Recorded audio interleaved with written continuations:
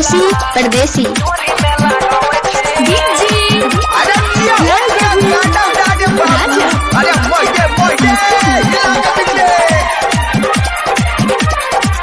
हरे अइले बंगाल से तू लागे छी कमाल गे, मन करे काट लियो तोहर दोनों गाल गे।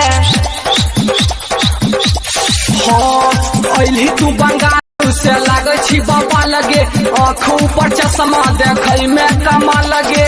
झाप के रखे किए सबके देखाबै छी, नाक वाला नथिया किया ढोढ़ी पर लगाबै छी, नाक वाला नथिया किया ढोढ़ी पर लगाबै छी, नाक वाला अरे नोटिया नोट दिखाने अइली तू बंगाल से लागे छी बाबा लगे, आँखों पर चश्मा देखै में कमा लगे।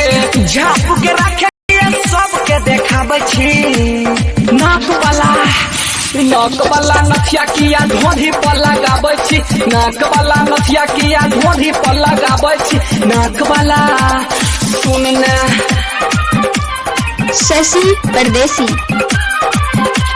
ढोरी में लगाबै छी, नाक वाला नथिया ढोरी में लगाबै छी।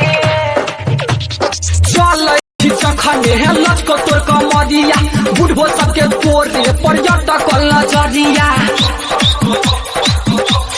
हाय रे चलै छी जखने है लचको कमरिया, बुढ़बो सबके तोरे ऊपर अटकल नजरिया। ये न किए छौरी हमारा से नितराबै छी, हेगे नाक वाला आगे नाक वाला नथिया ढोरी में लगाबै छी, नाक वाला नथिया किए ढोरी में लगाबै छी। शशि परदेसी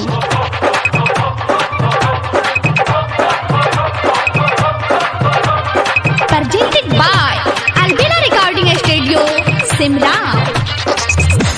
छौरी राइटर रूपेश के रही तू हौगे, संगीत यादव बन तो तोरा बहुगे। अब हुआ भोजपुरिया कहाँ जाएगा रे? छौरी राइटर रूपेश के रही तू होगे, बंशीधर तोरा बना ले तो बहुगे।